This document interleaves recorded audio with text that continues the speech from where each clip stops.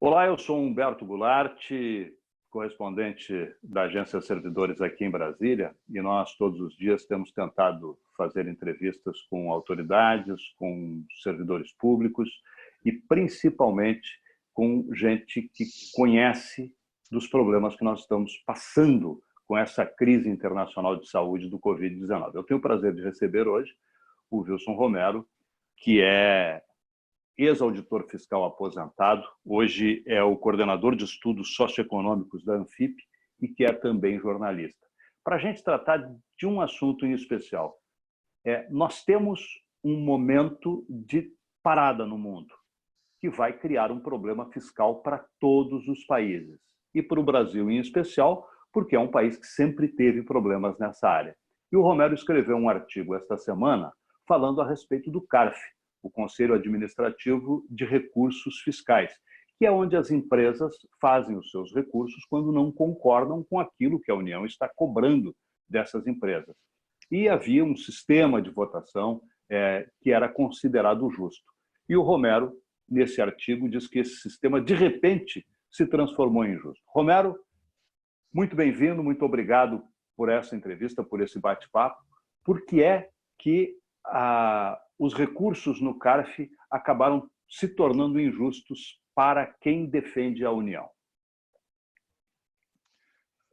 Humberto e telespectadores e blogueiros e pessoal que nos assiste através do canal da Agência Servidores, nós temos a convicção que a mudança, que já vem sido tentada há muito tempo nesse tribunal administrativo, vem na contramão daquilo que o governo, que o Estado brasileiro hoje precisa, que é mais recursos, que é ter celeridade em decisões em favor da fazenda pública, na busca desse contingente ou desse contencioso que está lá ainda sendo votado, litigado no âmbito do Conselho Administrativo de Recursos Fiscais, porque efetivamente é uma demanda de um conjunto, principalmente de advogados, que diz que a situação atual em que as pendências, quando chegam em situação de empate entre representantes do contribuinte e representantes da fazenda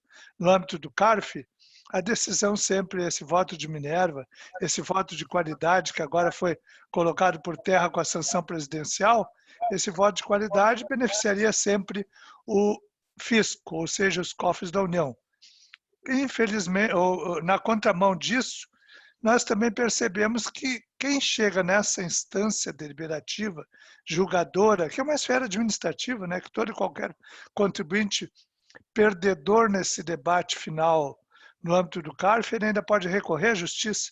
Ele vai para as varas federais de direito tributário, varas estaduais, e nós vemos a seguinte situação. O CARF foi constituído para ser a segunda instância, porque temos, no âmbito das delegacias regionais de julgamento, a primeira triagem sobre processos de autuação fiscal. Havendo recurso, vai para o Conselho. O Conselho é dividido entre turmas, sessões, essa coisa toda. Há mais de 140 julgadores exatamente constituídos, integrados de forma paritária.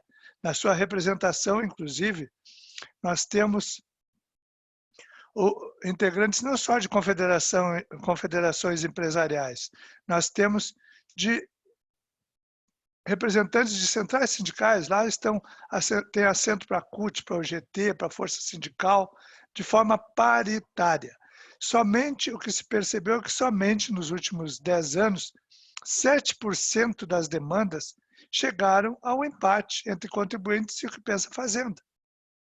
Por mais que esses valores decididos sejam expressivos, nós temos uma situação em que muito pouco dos recursos ou das pendências tributárias são resolvidas com esse voto de qualidade. Mas, mesmo assim, é de fato quando a matéria tributária é muito intrincada, envolve um planejamento tributário mais consistente, pelo menos, né, no nosso ver, às vezes com alguma tendenciosidade, mas efetivamente se percebe, ao fim e ao cabo, que com essa mudança, com o voto de qualidade, com o voto de Minerva, passando para o lado do contribuinte, a tendência é que essas pendências todas, que geram uma situação de efetivamente confronto entre o que pensa a fazenda e o que pensa o contribuinte, vai fazer com que muitas empresas, em especial grandes empresas, deixem de pagar os seus tributos.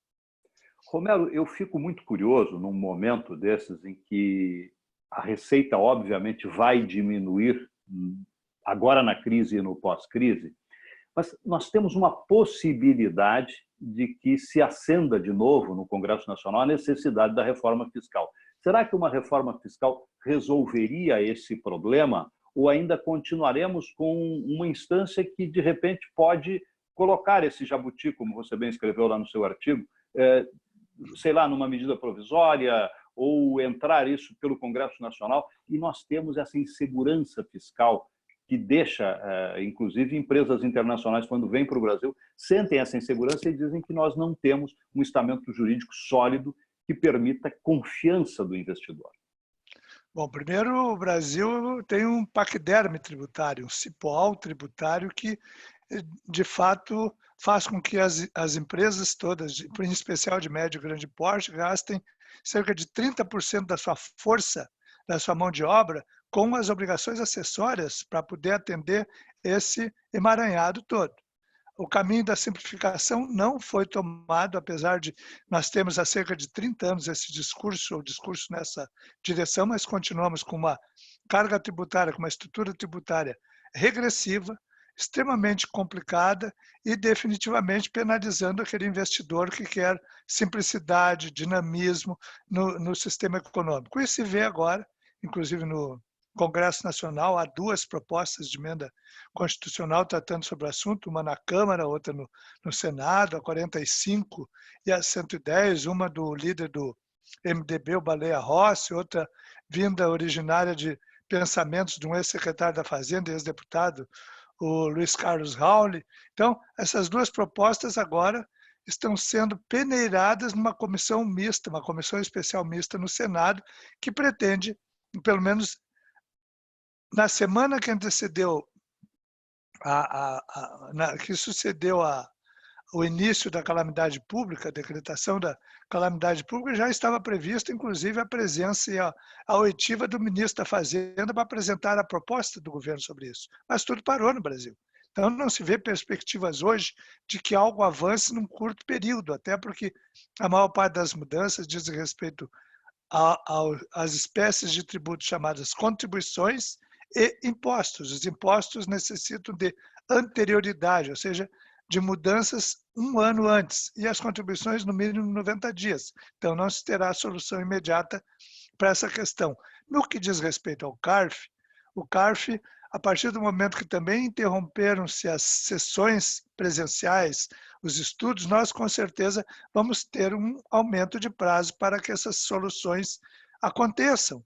Eu não sei de que forma, hoje não tenho contato direto com a direção do órgão, mas vejo que, com certeza, por mais que muitas das decisões possam ser feitas de forma virtual, há uma necessidade de uma mudança regimental, que eu não sei se já ocorreu, e, ao mesmo tempo, uma agilidade e estrutura de internet que permita reuniões virtuais com quórum capaz de dar andamento a centenas de projetos, a centenas de milhares de processos que lá existem.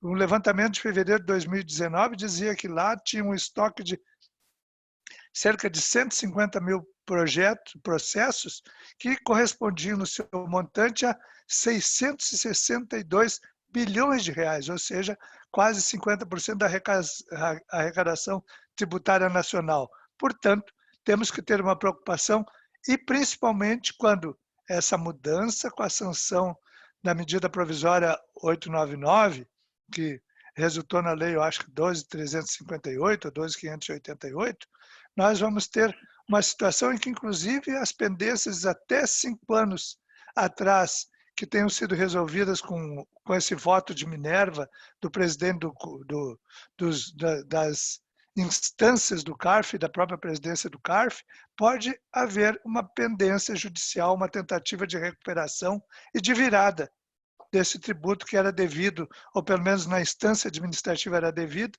fazendo com que se reverta a decisão contra o Estado brasileiro. Romero, desculpa o que eu vou fazer agora, mas o sonho de todo jornalista, eu sempre digo, é sempre projetar as coisas. E eu quero explorar esse teu trabalho nos estudos socioeconômicos que você coordena na Anfip, e a Anfip apresentou 10 possibilidades de medida que, se implantadas, podem ajudar o Brasil a sair dessa crise. É uma crise grave, todo mundo sabe, a gente não sabe quando ela vai terminar, e isso, me parece, provoca uma insegurança maior, mas vou te explorar. Dá para prever alguma coisa? Tem o que ser feito para que as coisas, para que a gente ultrapasse essa tempestade e saia dela de uma forma não tão deletéria, de uma forma que a gente não deixe tanta gente ficar pobre, não deixe tanta gente morrer, e que o Brasil consiga se recuperar e, quem sabe, até corrigir os erros que vem cometendo na história e resolva essa questão fiscal? Eu, particularmente, acho que, e eu acho que é o sentimento maior da maior parte da nação, apesar de termos visto pessoas indo à rua, contrariando as recomendações da Organização Mundial da Saúde, indo na direção do que alguns mandatários nacionais estão defendendo, mas eu vejo que nós temos que manter uma disciplina, nós temos que ter, a partir de uma situação que é desconhecida, o isolamento social.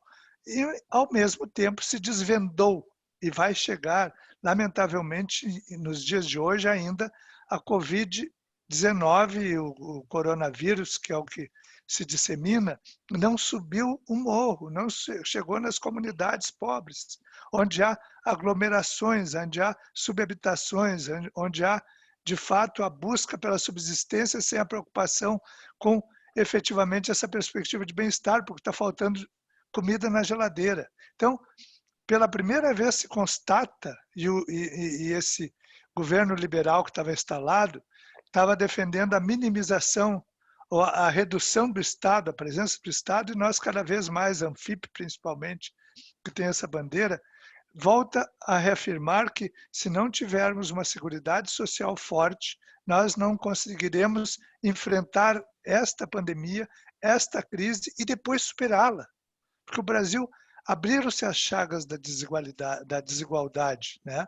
Nós escancaramos e vai escancarar cada vez mais o quão desigual é esse país, que para a classe média parecia que não estava acontecendo, era lá adiante, era depois do valão, era depois da ponte, era atrás das barreiras das linhas amarelas e vermelhas de quem vem do aeroporto do Galeão, era na favela do Sol Nascente, Paraisópolis, Rocinha. Isso não chegava na comunidade, nos pensadores, na mídia em geral. E agora, esse pessoal, esse povo que representa mais de 40 milhões de brasileiros que vivem em subhabitações, em favelas, vai ser fortemente atingido. E nós vamos ter uma calamidade multiplicada. Nós temos que, de fato, ter mudanças muito sérias na estrutura do Estado brasileiro. E a Anfip, juntamente com as outras 5 entidades do Fisco, FENAFIM, FEBRAFIT, UNAFISCO, Sindifisco e mais a própria Anfip, nós nos reunimos e elaboramos um conjunto de 10 propostas, mas propostas de obtenção imediata de recursos, porque há estimativas que só o combate ao coronavírus, à Covid-19, vai tomar cerca de 600 bilhões de reais dos cofres públicos, se de fato tivermos condições de atender isso. Isso resulta em quê? Ou em busca de maior arrecadação, que vai ser impossível, porque a economia está parada, tá? Uma das fontes de recursos, de obtenção de recursos, seria efetivamente o fim dos litígios no CARF, a efetivação dessas pendências judiciais, mas, acima de tudo, de buscar alguns recursos em quem ainda está lucrando, em quem teve vantagem com a Bolsa, quem teve vantagem com a cotação do dólar, que se elevou substancialmente, o agroexportador, aquele que está apostando em inúmeros segmentos econômicos e continua lucrando, o próprio mercado financeiro continua lucrando também. Então, nós apresentamos medidas que, por um lado, desonerariam empresas, micro e pequenas empresas. E isso vai ser detalhado, já foi detalhado no site da Anfip e das demais entidades, inclusive temos uma página específica para isso, mas também buscando recuperar com uma tributação sobre algo que não se faz no Brasil. No Brasil se tributa consumo e o trabalho remunerado. Não se tributa a renda, não se tributa o patrimônio. Então, de tributar grandes fortunas, não se sabe qual é o efeito disso. Se fala isso há muito tempo, é bandeira, inclusive um tanto quanto avermelhada, né? Mas nós temos que fazer esse enfrentamento. Nós temos que ter uma fonte de recursos talvez insonegável, um tributo sobre a movimentação financeira. Temos que pensar nisso claramente. Por mais que seja rejeitado, é o imposto mais equânime e menos sonegável. Todo, inclusive o traficante, o jogo do bicho, o criminoso em geral, se tiver movimentação financeira, porque tem lavagem de dinheiro, vai ter que pagar esse imposto sobre movimentação financeira. Eu, de fato, fico muito preocupado, porque você, a grande maioria da população, nós temos mais de 50 milhões de brasileiros no chamado grupo de risco, ou pela idade, terem mais de 60 anos, ou pelas comorbidades pulmonares, cardíacas, da hipertensão, da obesidade mórbida. Isso é população, é cidadão brasileiro que daqui a pouco não terá leito nos hospitais, nas UTIs, não terá respiradores, não terá como enfrentar e, lamentavelmente, nem cemitério teremos, porque hoje já estão encaminhando para que façam enterros em valas comuns, como lamentavelmente se vê em Nova York, se viu há poucos dias em São Paulo. Então, a situação é de fato preocupante. Nós continuamos com a bandeira da defesa de fica em casa, dentro do possível, mantenha o isolamento social, preserve-se, porque dessa forma nós conseguiremos fazer um pouquinho mais. Inclusive, daqui a pouco, até o próprio CARF vai fazer o fica em casa, porque tem que fazer, tem que decidir essas questões. E, voltando ao nosso assunto principal, lamentavelmente, a sanção presidencial coloca em risco mais uma das facetas desse sistema todo, que é o desaguadouro de um sistema tributário.